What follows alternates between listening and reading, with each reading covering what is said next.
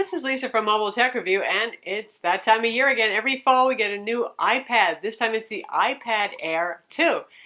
Is it airier? Well, I guess so. It's even a little bit thinner and a little bit lighter. Impossibly crazy thin, 6.1 millimeters thin. We're going to look at it now. So here it is, Apple's yearly dose of 9.7-inch tablet goodness. This is the second generation of the iPad Air. We're talking many generations of the iPad itself at this point. As you might guess, Apple sort of does what Intel does with their CPUs on a tick-tock cycle, which means that every other release, big things change. For example, the Air last year was a big change because it got so much thinner and so much lighter. And this one is also very thin and light. But this one's just a little bit thinner. I mean, how thin can you go? You still have to have a circuit board, memory, a battery and stuff inside of here, but it is a little bit thinner at 6.1 millimeters. If you have a case for the original iPad Air and you are upgrading, it probably would fit. I mean, we're talking not a huge difference here at this point, but Apple has moved around some of the controls and the microphone holes and stuff like that too. Sneaky Apple. It's also a teeny bit lighter. The last one was 1.06 pounds for the Wi-Fi model. Now it's 0.96 pounds, so just under 1 pound. It's inconsequentially light, relatively speaking, compared to what we're used to. Just a couple of years ago, tablets were like 1.5 pounds for the mobile OS tablets, Android and iOS, that is. Windows tablets, couple of pounds. So there it is. Change right here. We have the home button, and yes, it is now the fingerprint scanner for Touch ID. That's really kind of nice because, you know, once you got used to having an iPhone with that, and you switch over to your iPad, and you're like, well, why isn't the button unlocking it? Now it does. Works the same way as it does on the iPhone. Works very well. One caveat, though, this is a much bigger device. With a phone, you tend to always hold it the same way in your hand when you use the sensor. With this, there's a variety of ways you might be picking it up. So you can do a bunch of fingers. You can scan it at different angles. But it's a little trickier, I think, to find just the right angle that you originally registered it at, unless you're way more consistent than me, which you may be. Nothing on the side over here except for lovely chamfered metal. As usual, aluminum unibody. The whole thing is glued together, no screws, no easy takey aparty here, sorry. Up top, the microphone jack, microphone/headphone combo jack. Actually, there's the power button. A little bit skinnier because the whole device is skinnier. Here we have our volume controls. There's a microphone hole right there. There is no longer a microphone hole up top. No slide lock button, so you can't use that, say, for your orientation lock. I kind of miss it. You get used to it because the tablet is very responsive to orientation change when you're moving it around, but now that's done with software in the settings if you swipe down from the bottom, or swipe up rather. Oh well, that's the price we pay for thinness. Speakers right down here are a lightning port in between the two speakers. We got stereo sound, and what's important here? Well, if you're a fan of gold, this is important. New for the iPad Air 2, just like the iPhone 6 and 6 Plus, you can get this in gold. It's still available in silver or space gray, but now you have the option of getting it in gold, which looks pretty nice. Doesn't look too tacky or anything like that. Still 9.7 inches, and comparing it to what I call my iPad Micro here, the iPhone 6 Plus, if you're thinking, well, the iPad mini is probably not a significant jump up in size, there you go. The 9.7-inch one still is, obviously. This is the iPhone 6 Plus again, the big boy. So big competitor from the world of Android back here is the Samsung Galaxy Tab S 10.5, a little bit bigger, 10.5 inches. Different aspect ratio, of course, but still, both remarkably thin and light. So for those of you who are wondering how they, well, literally stack up, there it is. Both very skinny. The iPad Air 2 is just a hair thinner. I mean, honestly, they're both so thin, it doesn't matter. The iPad Air Wi-Fi version is 0.96 pounds versus 1.03 pounds. Really, you're not going to feel that small of a difference between the two of these. So both of them have very high resolution screens, and they are at the top of the tree for their respective platforms. They have them together so you can see how they look.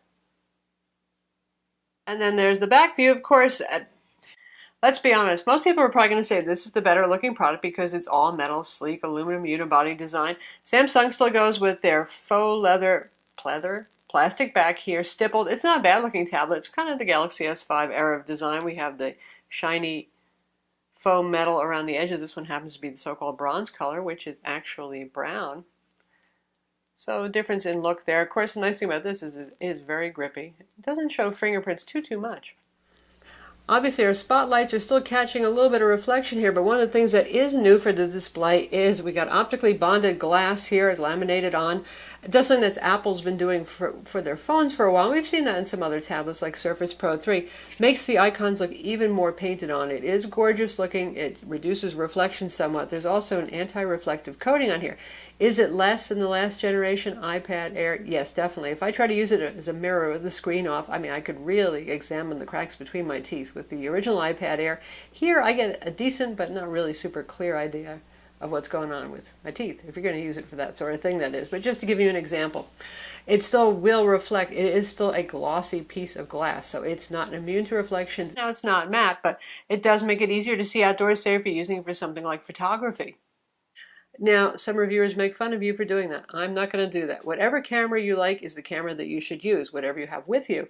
Also, there are so many people that are finding creative uses for the cameras on tablets. For example, using it for sports, helping the team get better, the coaches, filming you and showing you exactly how you perform. There's all sorts of logical uses actually for a tablet.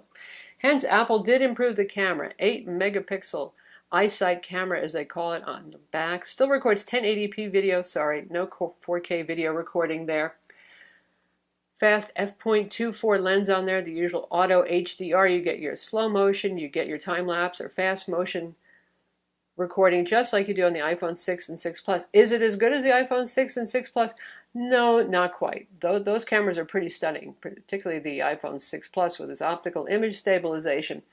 But it is improved over the iPad Air, and I think it's plenty good enough for most folks taking pictures just for their own enjoyment and even using it for sports use. Certainly it's one of the better tablet cameras. Samsung Galaxy Tab S 10.5, for those of you who are also thinking about Android, also has a pretty nice rear 8 megapixel camera on it too for the competition.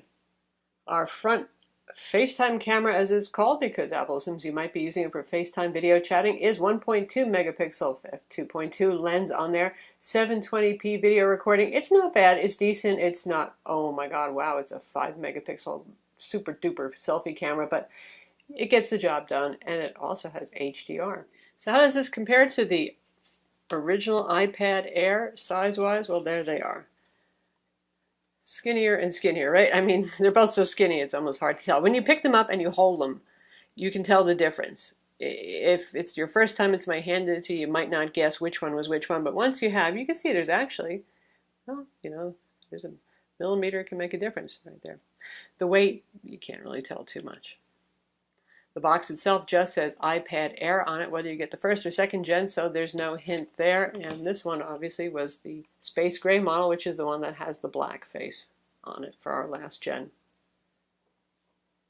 In terms of reflection, I think you can see even here we're picking up more reflection. Aha, see this? This wasn't happening on the second gen, so that anti-reflective coating and the bonded glass do make a difference. In terms of specs, inside 2 gigs of RAM. That's a nice jump there for Apple. Means better multitasking faster. And given the fact that the CPU in this, the Apple A8X, is so darn fast, it's going to engender a desire for more multitasking, I think. Here's the thing. Apple has not changed the way you multitask very much. It's the usual. And you swipe through and you pick whatever thing it is that you want. You can switch back and forth, pretty quickly. No fancy split screen multitasking like you have on Samsung tablets. I would like to see Apple start to think about how to make better use of multitasking, since this is one of the most powerful tablets, especially mobile OS tablets, ever made. That A8X, apparently, according to Geekbench, has 3 cores, not the usual dual core. And here's our results. This is absolutely phenomenal. Even the single core number is pretty darned impressive there. If you have a 3-year-old MacBook Air, well, this has about the same amount of horsepower according to synthetic benchmarks. And the multi-core, that's getting up there with some Intel laptops. Now, you're still looking at a mobile CPU, and it depends on whether applications are ever going to use all those cores at once. So take that with a grain of salt. This still is not exactly a laptop replacement, though I know a lot of you actually use it as such because you've got keyboard cases out there. There's some pretty good video editing applications, including iMovie and so on. So very good performance there.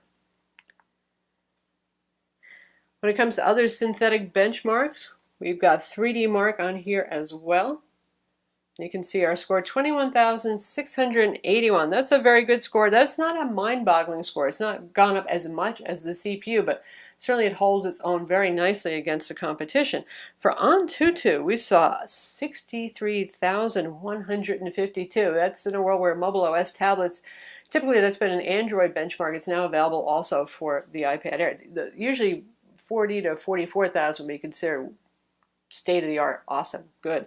So even the Tegra K1 really is not looking as powerful as what Apple has inside of here, according to the synthetic benchmarks anyway. SunSpider, we got a 294 millisecond result where lower numbers are better. That's about the best that you're going to see on any phone or mobile OS tablet. In fact, it's faster than some Windows laptops running on Celeron and Pentium CPUs. Pricing is same as it ever was in your choice of silver, space gray, or gold. That's $499 for the Wi-Fi only model, $629 for the LTE 4G model, which this guy is like the iPhone. It has 20 different LTE bands in there. That's quite an engineering feat.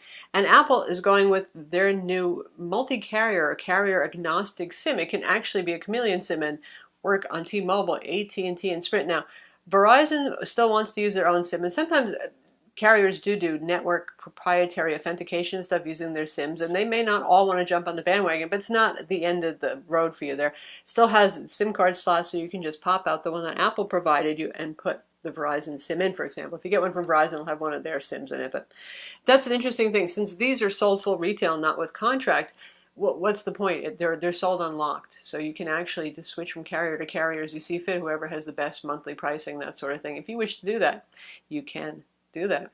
So $629 is the starting price.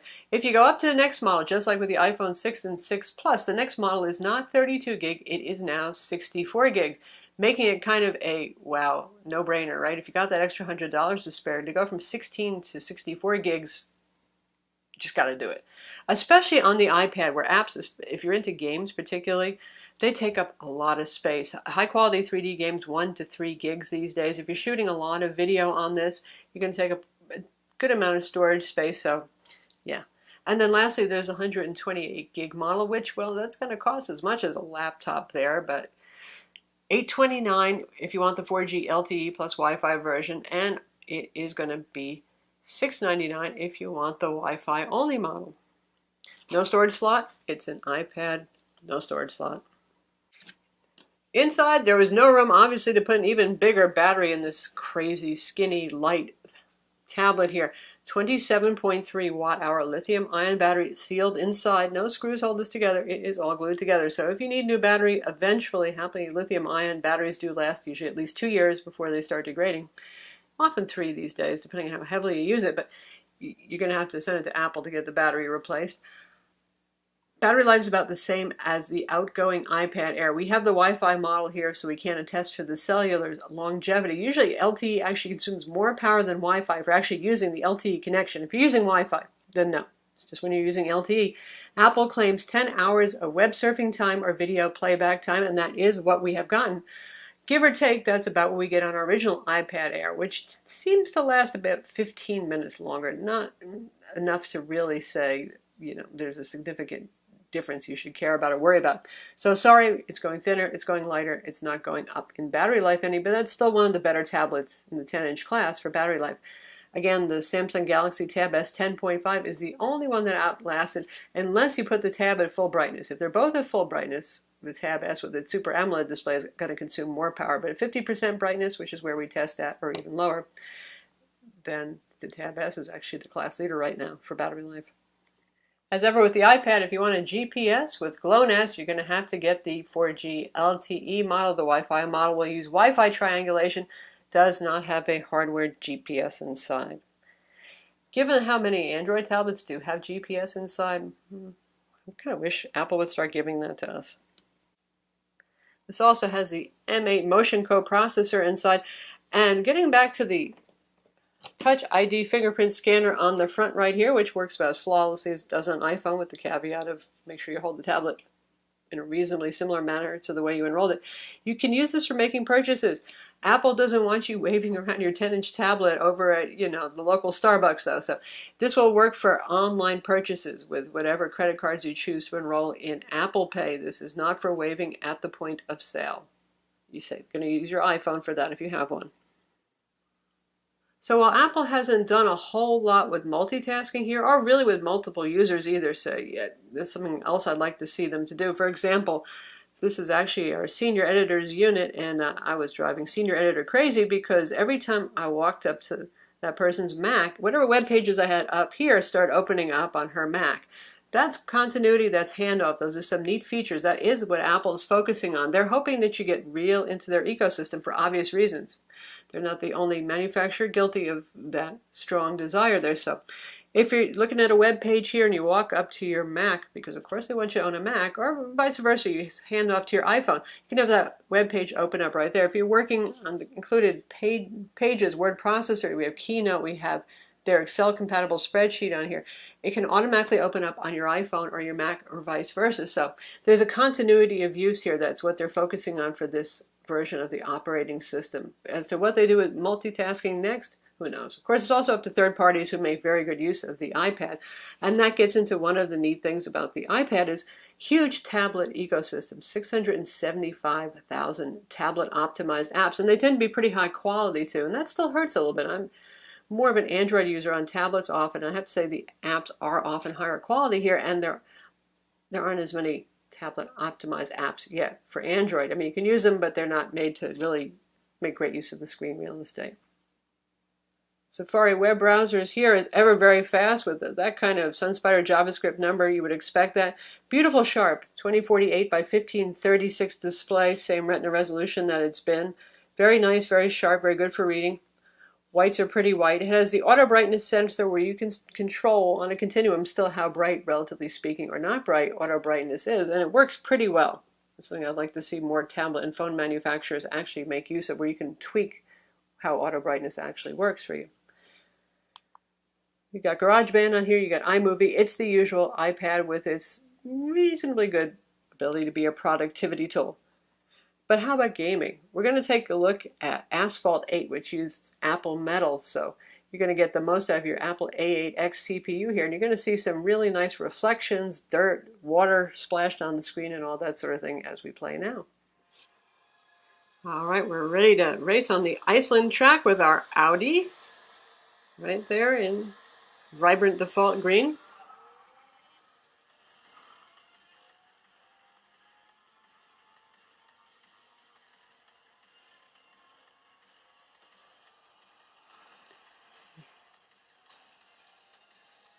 Look at the reflections off of my car, especially before I get it all dirty and crashed up.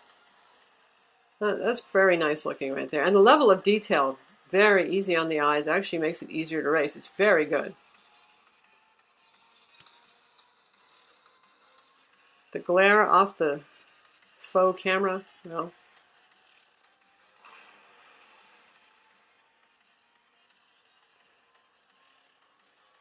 very nice, very smooth. Clearly, I mean, I never heard anybody say, oh, my iPad Air is slow and laggy and doesn't play games well. It's not like we had a super great need for speed, but you know how it goes with this. Developers are just going to take use of the speed that they're given. We're going to see even more gorgeous 3D games, even more sophisticated video editors, all that sort of stuff. This will definitely be up to the task. It's got amazing horsepower inside, forgive the pun. So that's Asphalt 8 on the iPad Air 2. With its 1.5 gigahertz A8X CPU and 2 gigs of RAM. So that's the iPad Air 2. I mean, obviously, iPads are pretty much a known quantity at this point. Probably a lot of you are pretty familiar with how they work. They just get thinner, faster, prettier all the time. If you already have the iPad Air, is it worth going to the iPad Air 2? Probably not so much. Last year's model is still very thin, very light. It has the same resolution display with the same level of color saturation. Is still a lovely unit. Yeah, it's nice to not have, look, no glare, Mom, not too much anyway. Things like that. And the Touch ID sensor, I think, is a nice touch, but unless you're carrying around trade secrets in your iPad, businesses probably will really like this edition. Not so much. If you're coming from an iPad 2, an iPad 3, wow, one of those 1.5 pounders, this is going to be a whole new world for you. It's going to seem so fast, so light. The screen is going to be more beautiful than ever. It's going to be a pleasure to hold. Things like ebooks on this, interactive magazines, the whole thing. It's just lovely, and now it's not a burden to hold anymore. So that's the iPad Air 2, just starting to be available now at the same usual price point, $499 starting price for Wi-Fi only, $629 for the LTE 4G model that works on every major U.S. carrier with that new carrier agnostic SIM pre-installed. I'm Lisa from Mobile Tech Review. Be sure to visit our website for the full written review, and don't forget to hit that like button.